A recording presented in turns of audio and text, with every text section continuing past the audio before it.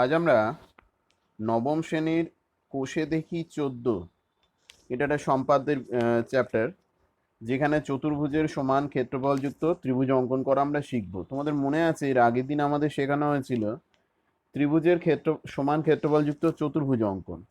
আর আজকে আমরা শিখব ঠিক উল্টো বিষয়, অর্থাৎ চতুর্ভুজের সমান ক্ষেত্রফলযুক্ত ত্রিভুজ অঙ্কন করব। এর সাপোর্টিং উপপাদ্য আমরা আগে করে এসেছি, তার ভিত্তিতে এখানে 8টি অঙ্ক করতে দেওয়া আছে, একটা সংকেত দেওয়া আছে, তার মধ্যে 4 আর 5টির সংকেত আমি দিয়ে দিচ্ছি, হিন্টস দিয়ে দিচ্ছি, করে দেখিয়ে সম্পূর্ণ অনুশীলনী করবে। বেশ কয়েকদিন পরে আমি ক্লাস নিতে পারলাম, তো কমপ্লিট করে এই সপ্তাহের শেষ দিকে আশা করি পরের অধ্যায়ে আমি যেতে পারবো। তো শনিবার রবিবারের মধ্যে আমি নতুন আবার ক্লাস নেব। তার আগে এই আগামী 4-5 দিনের মধ্যে এটা কমপ্লিট করবে। যেটা অসুবিধা হবে আমাকে জানাবে, কোনো চাপ নিয়ে পড়াশোনা করবে না, পড়াশোনাটা ভালো লাগার মধ্য দিয়ে এগিয়ে নিয়ে যাও। সময়টাকে ডিস্ট্রিবিউশন করে বাকি যে সময়টা থাকবে সেই সময় নিজের যার যা পছন্দের বিষয়, সেটা আঁকা হতে পারে, গান হতে পারে, গিটার বাজানো হতে পারে, যার যেটা শখ সেই শখটা চালিয়ে যাও। এটা পজিটিভ মাইন্ডেড থাকবে, কারণ এর মধ্যে আমাদের প্রত্যেককেই ঘরের মধ্যেই তোমাদের থাকতে হয়েছে, বাইরে তো বেরোতে পারছো না। আবার তার উপরে আরও সপ্তাহে 2 দিন করে আমাদের লকডাউন মানতেই হবে, যা পরিস্থিতি। তো শুরু করছি আজকে পড়ানো। দেখো, কোষে দেখি একেরটায় কি বলেছে। একেরটায় প্রশ্নটা বলা আছে, বইটা সামনে রাখবে, পেজ নাম্বার 201, কোষে দেখি 14 একেরটা। বলছে এবিসিডি একটা চতুর্ভুজ অঙ্কন করেছে। সংক্ষেপে আমি পড়ছি, যার এবি বাহু, বিসি বাহু, সিডি আর ডি এ বাহু, 4টে বাহুর দৈর্ঘ্য দেওয়া আছে যথাক্রমে 5, 6, 4 আর 3 সেন্টিমিটার। প্রতিটা বাহুর আমি ওই মাপের নাম দিয়ে একেবারে 4টে আমি বাহু অঙ্কন করে নিয়েছি, একবারে নিচে মাপগুলো লিখে নিয়েছি। আর কি করেছি, বিসিটাকে ভূমি ধরে এগোবো, সেই অর্থে বিসির থেকে বড় আকারের মানে 6 সেন্টিমিটারের থেকে বেশি আকারের আমি একটা ভূমি এঁকে নিয়েছি। এটা আমার প্রথম পাতার ছবি। এবার দ্বিতীয় পাতায় আমি কি করেছি দেখো, দ্বিতীয় পাতায় যেটা করা হয়েছে সেটা হলো চতুর্ভুজটা সম্পূর্ণ করেছি। প্রথমে কি করেছি, এই যে বড় দৈর্ঘ্যটা কেটে নিয়েছিলাম যেটাকে ভূমি বলা হচ্ছে, তা থেকে 6 সেন্টিমিটারের সমান করে আমি বিসি কেটে নিয়েছি। এবার বি বিন্দুতে কাঁটা বসিয়ে অঙ্কে একটা তথ্য দিয়ে দিয়েছে, অ্যাঙ্গেল এবিসির মান কত, অ্যাঙ্গেল এবিসি সমান হচ্ছে 60 ডিগ্রি। তো আমি কি করেছি, এই কারণে আমি ওই একেবারে 60 ডিগ্রি, তো তার মানে কোণের সমান কোণ না করে করলেও হবে, সরাসরি এঁকে নিয়েছি। এই কোণটার মান হচ্ছে 60 ডিগ্রি। তো আমি বি পয়েন্টে কি করেছি, বিসি ভূমির বি পয়েন্টে আমি 60 ডিগ্রি কোণ এঁকেছি। তারপরে ওই কোণের মধ্য দিয়ে ওই বাহুটাকে এবিসি কোণের এবি অপর বাহুটাকে বর্ধিত করে দিয়েছি। এই যে বাহুটা বর্ধিত করা হলো, এখান থেকে আমি কি করেছি, এবির 5 সেন্টিমিটারের সমান করে এখান থেকে এবি অংশটা কেটে নিয়েছি বিতে কাঁটা বসিয়ে। ধাপগুলো শোনো, সরাসরি হয়তো হাতে হাতে দেখতে পাচ্ছি না, কিন্তু প্রতিটা স্টেপ খাতায় করে আমি আলাদা আলাদা করে ছবি তুলে করেছি যাতে বুঝতে সুবিধে হয়। এর পরের ধাপে আমরা কি করব, চতুর্ভুজের সমান ক্ষেত্রফল বিশিষ্ট ত্রিভুজ অঙ্কন। তাহলে চতুর্ভুজটা আমার আঁকা হয়ে গেল, যার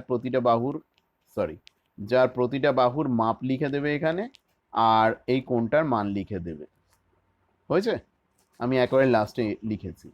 এবার আমি কি করলাম, অঙ্কনের পদ্ধতি অনুযায়ী আমি এসি কর্ণটা যোগ করে দিলাম পেন্সিল দিয়ে। সবটাই কিন্তু পেন্সিল দিয়ে হবে, কিছু কিছু ক্ষেত্রে আমি পেন ব্যবহার করেছি, কোথাও কোথাও পরিষ্কার করার জন্য একটু স্থূলও হয়েছে।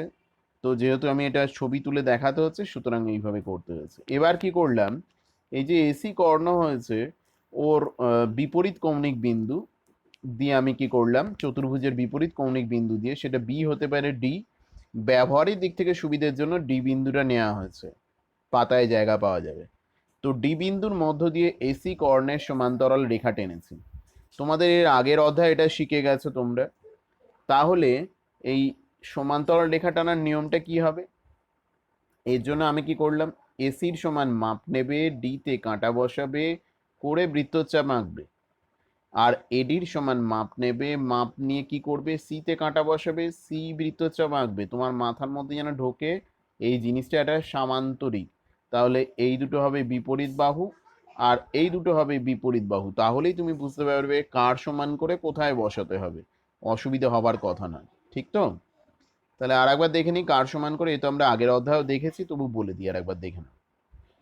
তাহলে আমি কি করলাম, প্রথমে যে কাজটা করেছি, ডিতে কাঁটা বসিয়েছি, এসির সমান মাপ নিয়েছি, মাপ নিয়ে এখানে একটা বৃত্তচাপ এঁকেছি।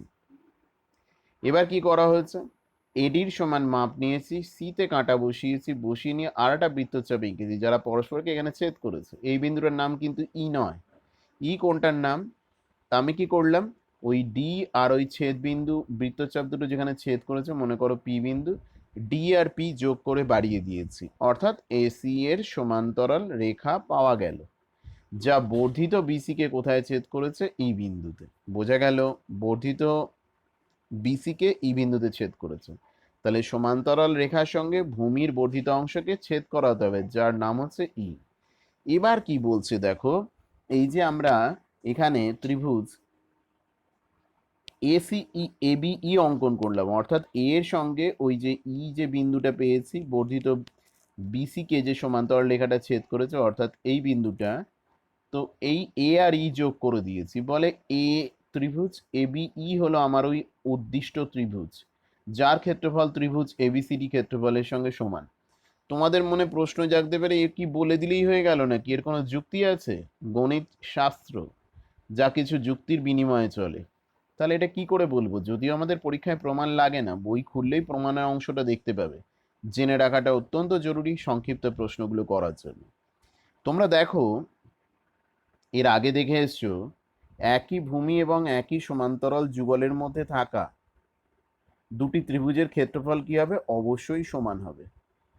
তাহলে আমি এখানে বলতে পারি, এই যে দুটো ত্রিভুজ আছে, যাদের একজনের নাম হচ্ছে এ বি সি, আরেকজনের নাম ডিবিসি, এরা একই সমান্তরাল যুগল, ডি এ আর বিসির মধ্যে অবস্থিত, আর উভয়েরই ভূমি একই বিসি, কমও নয় বেশিও নয়, তাহলে এদের ক্ষেত্রফল সমান হবে। এটা আমরা ক্ষেত্রফল সংক্রান্ত উপপাদ্যের অধ্যায়ে শিখে নিয়েছি। তাহলে আমি বলতে পারি কি, যদি এসিটাকে ভূমি ধরি, তাহলে দেখো দুটো ত্রিভুজ তৈরি হয়েছে, কিরকম, যারা একই ভূমি আর একই সমান্তরাল যুগলের মধ্যে আছে। ত্রিভুজ, একটা ত্রিভুজ কি কি, এ ডি সি, আরেকটা ত্রিভুজ হলো কে, আরেকটা ত্রিভুজ হচ্ছে যার নাম হচ্ছে এ সি ই। এরা দুজনেই কোন সমান্তরাল যুগলের মধ্যে রয়েছে, ডিই এসি, ঠিক তো নাকি? আর ভূমি কি দুজনেরই এসি, তাহলে এদের ক্ষেত্রফল সমান। এবার খেয়াল করে দেখো, এই যে ত্রিভুজ এবিসি রয়েছে, এর সঙ্গে তুমি যদি এসিই যোগ করো, তাহলে হয়ে গেল কি, ত্রিভুজ এবিই হয়ে গেল। কি বললাম, ত্রিভুজ এবিসি এর সঙ্গে যদি এসিই ত্রিভুজটা যোগ করো, তাহলে একটা বড় ত্রিভুজ হলো, যার নাম হলো এবিই। হ্যাঁ আসি। আবার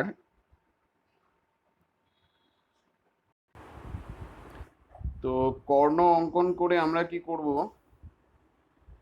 ওর সমান্তরাল বাহু ডি বিন্দুর মধ্যে দিয়ে তো অঙ্কন করে নিলাম। ও প্রমাণটা বলছিলাম না, সরি, প্রমাণটায় যে অংশটা দেখাচ্ছিলাম, আর একবার দেখিয়ে দিই, মাঝখানে আটকেছি একবার। তাহলে এসিটাকে ভূমি ধরে আমরা একই সমান্তরাল যুগলের মধ্যে দুটো ত্রিভুজ পাচ্ছি, এটা একটা ত্রিভুজ, আবার এইটা আর একটা ত্রিভুজ। এই দুটো ত্রিভুজের ক্ষেত্রফল সমান। এবিসিটাকে যদি কমন ত্রিভুজ ধরে নিই, এটাকে যদি কমন একটা ধরে নিই, এর সঙ্গে একবার যদি এসিই যোগ করি ত্রিভুজ এসিই ক্ষেত্রফলটা, তাহলে আমি পেয়ে যাব কি, উদ্দিষ্ট ত্রিভুজ এবিই পেয়ে যাব।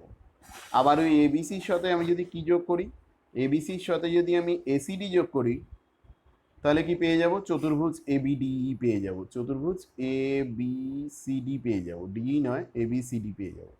তার মানে কি বুঝতে পারলাম, চতুর্ভুজের ক্ষেত্রফল আর এই ত্রিভুজের ক্ষেত্রফল দুটোই কি হবে, সমান হবে। এভাবে অত্যন্ত অনায়াসে প্রমাণ করা যায় যে কতটা যুক্তিপূর্ণ পদ্ধতিতে করা হয়েছে। লাস্টে এই কথাগুলো লিখতে হবে, এটা তো তোমরা জানো, এই কথাগুলো লিখতে। আমরা চলে আসছি 2 নম্বরে। 2 নম্বরে কি বলা হয়েছে, 2 নম্বরে বলা হচ্ছে, দেখো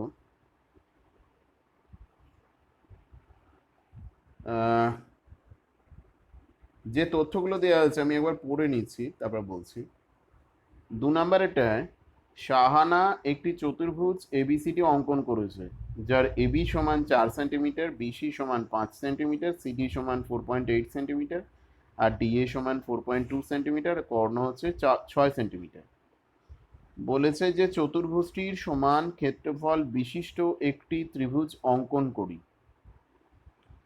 ঠিক আছে, তো এখানে আমি কি করলাম, এ বি, বিসি, এই মাপগুলো ডিএ সিডি যেমন যেমন আছে নাম দিয়ে এগুলো সবগুলো এঁকে নিলাম।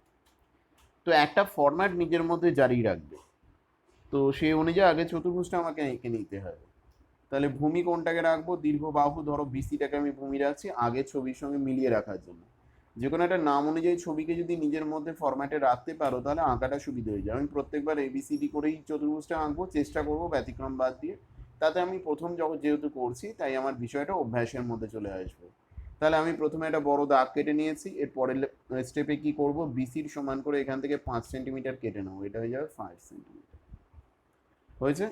এর পরের স্টেপে গেলাম, পরের স্টেপে কি করেছি তাহলে দেখতে পেলাম এই যে বড় ভূমিটা ছিল এখান থেকে 5 সেন্টিমিটারের সমান করে কেটে নিয়েছি, আর এবির মান 4 সেন্টিমিটার, আর হচ্ছে এসির মান হচ্ছে কর্ণ 6 সেন্টিমিটার।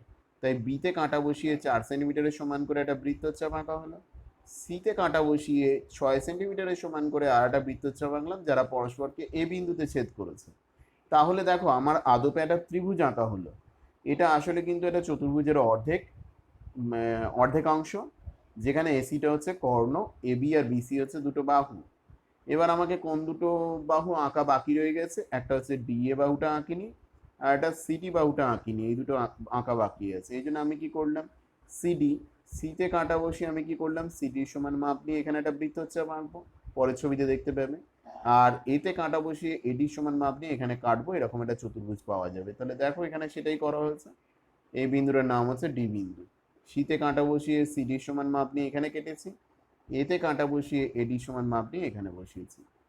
হলো। আচ্ছা, এবার কি করা হলো, চতুর্ভুজটা অঙ্কন করার পরে তো আমার এখানে কর্ণটাও আঁকা আছে, তাই নতুন করে আঁকার দরকার নেই। আমি পরের স্টেপে কি করব, এই ডি বিন্দুর মধ্য দিয়ে কর্ণ এসির সমান্তরাল রেখা অঙ্কন করব। তো বুঝতেই পারছো এটা ইচ্ছে করে আঁকলাম কেন, কারণ এটা বোঝাবার জন্য যে আমাকে আঁকার সময় কি করতে হবে, এপির সমান করে এই সিতে কাঁটা বসিয়ে একটা বৃত্তচাপ নিচের দিকে কোথাও আঁকবো, আর এসির সমান মাপ নিয়ে ডিতে কাঁটা বসিয়ে এখানে বৃত্তচাপ আঁকবো, তারপরে সমান্তরাল রেখা পাবো। দেখো সমান্তরাল রেখা তাহলে কি করে এঁকেছি আরেকবার বলে দিই, এসির সমান মাপ নিয়ে ডিতে কাঁটা বসিয়েছি এবং এখানে বৃত্তচাপ আঁকা হয়েছে। আর কি করেছি, এপির সমান মাপ নিয়ে সিতে কাঁটা বসিয়েছি, বসিয়ে এখানে বৃত্তচাপ এঁকেছি যারা পরস্পরকে এখানে একটা কোনো একটা বিন্দুতে ছেদ করেছে, ধরো কিউ। তাহলে বুঝতেই পারছো সমান্তরিকের ফরম্যাটে মনে রাখার কিছু নেই, অত্যন্ত অনায়াসে করা যায়। তাহলে আমি সমান্তরাল রেখা টানা হয়ে গেছে যা আমার বর্ধিত ভূমিকে কোথায় ছেদ করেছে, ধরো এই বিন্দুটার নাম হচ্ছে ই, পরের ছবিতে দেখো। তো এখানে এই বিন্দুটার নাম দিয়েছি ই এবং আগের মতোই এবিসিটা করে দিয়েছি। এটা হচ্ছে আমার উদ্দিষ্ট ত্রিভুজ যার ক্ষেত্রফল হচ্ছে কি, যার ক্ষেত্রফল আমার ওই চতুর্ভুজ এবিসিডির ক্ষেত্রফলের সঙ্গে সমান হয়ে যাচ্ছে। যুক্তি দিয়ে একইভাবে দেখতে পারো এখানে কোন দুটো ত্রিভুজের ক্ষেত্রফল সমান, এইটা আর হচ্ছে এটার ক্ষেত্রফল সমান। ব্যাস, আর কি আছে। আমরা চলে আসছি 3 নাম্বার কোশ্চেন। 3 নাম্বার প্রশ্নে কি বলা হয়েছে, সাহানা একটি আয়তক্ষেত্র এবিসিডি এঁকেছে যার এবি সমান 4 সেন্টিমিটার, বিসিটা হচ্ছে 6 সেন্টিমিটার, আর এবিসিডি আয়তক্ষেত্রের সমান ক্ষেত্রফল বিশিষ্ট একটি ত্রিভুজ অঙ্কন করুন।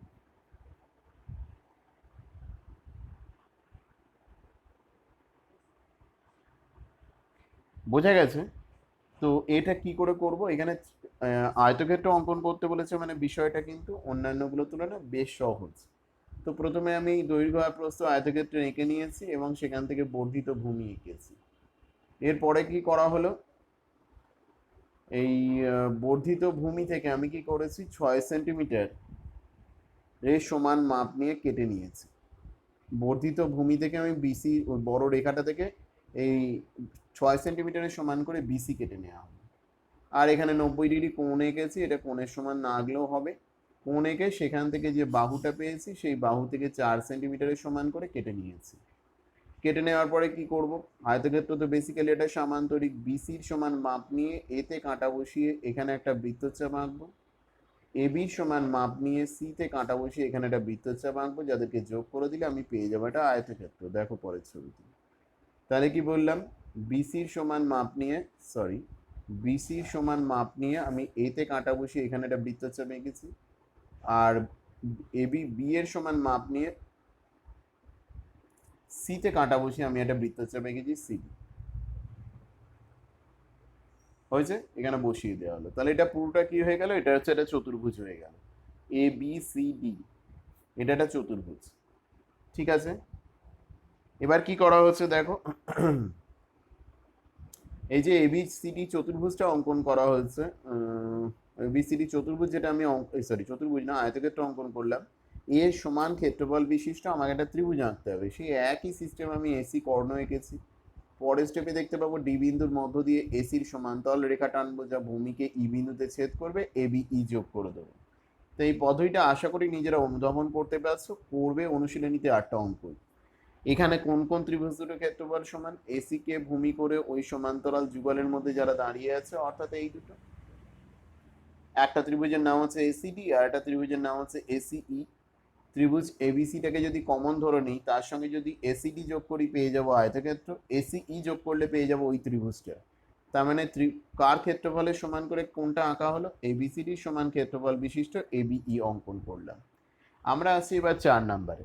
4 নম্বরে বলা আছে একটি চতুর্ভুজ এবিসিডি আঁকি, যার বিসিটা হচ্ছে 6 সেন্টিমিটার, এবিটা 4 সেন্টিমিটার, সিডিটা 3 সেন্টিমিটার, আর দুটো কোণ দেওয়া আছে, বি কোণ 60 ডিগ্রি, সি কোণ 55 ডিগ্রি। আর এখানে একটা কন্ডিশন দিয়ে দিয়েছে, এমন একটা ত্রিভুজ আঁকবো যার দুটো বাহু কি কি হবে, এবি আর বিসি, এটা মেনটেন করতে হবে। 60 ডিগ্রিটা আমি আঁকিনি, সরাসরি এঁকে দেবো বলে 60 ডিগ্রি আর আঁকিনি। বিসিডি কোণটার মান 55 ডিগ্রি দেওয়া আছে, আর যে মাপগুলো আছে আমি এখানে এঁকে নিয়েছি। আর ভূমি অর্থাৎ বিসি, তার সমান করে আমি তার চেয়ে বড় আকারের একটা দৈর্ঘ্য টেনে নিয়েছি। পরের লাইনে আমি কি করব, বিসিটাকে আগে কেটে নিয়েছি, দেখো। তাহলে আগে বিসি কেটে নিয়েছি, আর কি করেছি, এখানে এবিসি কোণের সমান করে 60 ডিগ্রি কোণ এঁকেছি বি প্রান্তে, একে তা থেকে আমি বি এর সমান করে কেটে নিয়েছি। এটা কত সেন্টিমিটার, এবিটা হচ্ছে 4 সেন্টিমিটার, মাপগুলো পরে লেখা আছে, হয়েছে। এবার এই কোণটার মান কত, এই কোণটার মান এখানে হচ্ছে 55 ডিগ্রি, সমান করে আমি একটা কোণ এঁকে নিয়েছি। কোণের সমান করে কোণ যেভাবে আঁকে জানো তোমরা, সেভাবে এঁকে নিয়েছি। এবার কি করা হয়েছে, যে বর্ধিত বাহুটা পেয়েছে, এটা তা থেকে আমি কি করেছি, কার সমান করে কেটে নিয়েছি, সিডির সমান করে, সিতে কাঁটা বসিয়ে এখানে বৃত্তচাপ দিয়ে আমি কেটে নিয়েছি। আর এডির সমান মাপ নিয়ে এতে কাঁটা বসিয়ে আর একটা বৃত্তচাপ কাটা হয়েছে। দুটো বৃত্তচাপ একে অপরকে কোথায় ছেদ করেছে, দুটো বৃত্তচাপ একে অপরকে ডি বিন্দুতে ছেদ করেছে।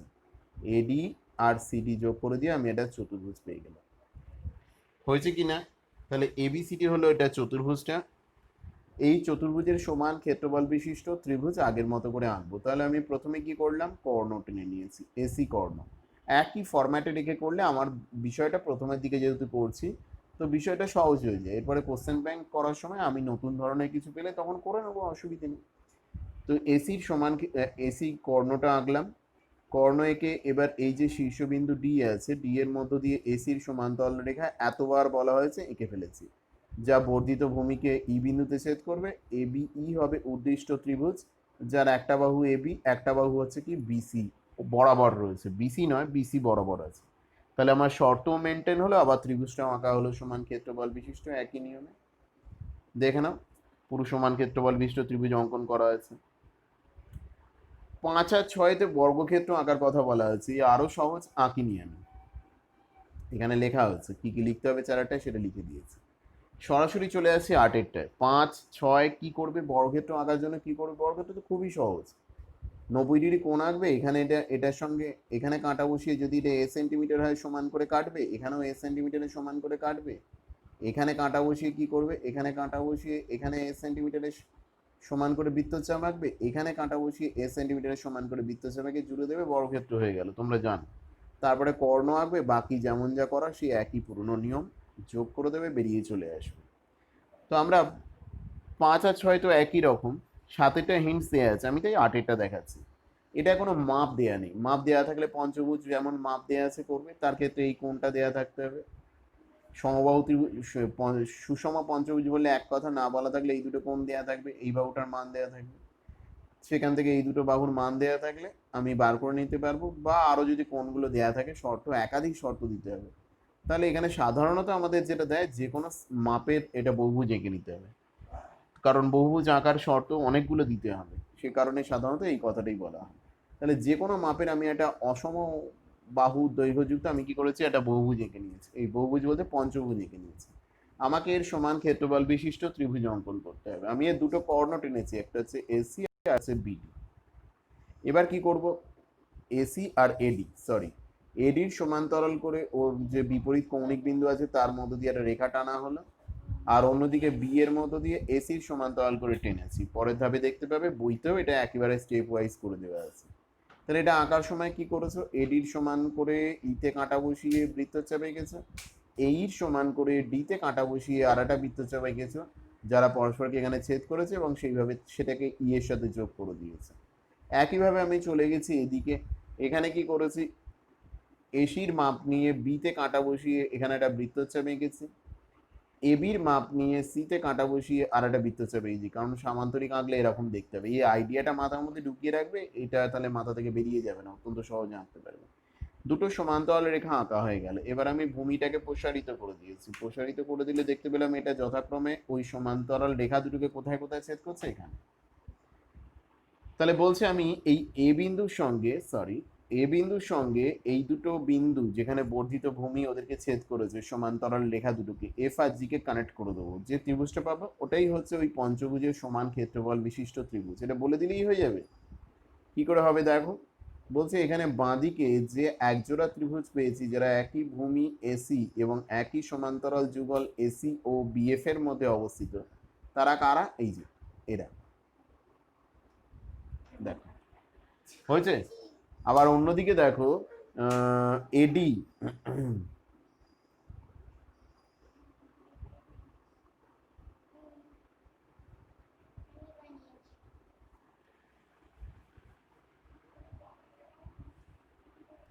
এডি হচ্ছে তোমার ভূমির উপর অবস্থিত একটা ত্রিভুজের নাম হচ্ছে এডিই, আর একটা ত্রিভুজের নাম কি, একটা ত্রিভুজের নাম হচ্ছে এডিজি।